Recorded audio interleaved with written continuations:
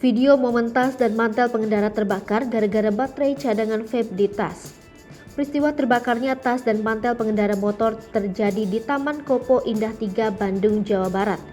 Momen pemotor yang terbakar itu direkam oleh salah satu warga sekitar. Hingga videonya diunggah akun Instagram Terang Media.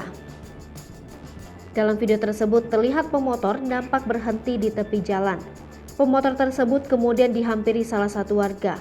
Warga tersebut kemudian menanyakan masalah yang dihadapi pemotor tersebut.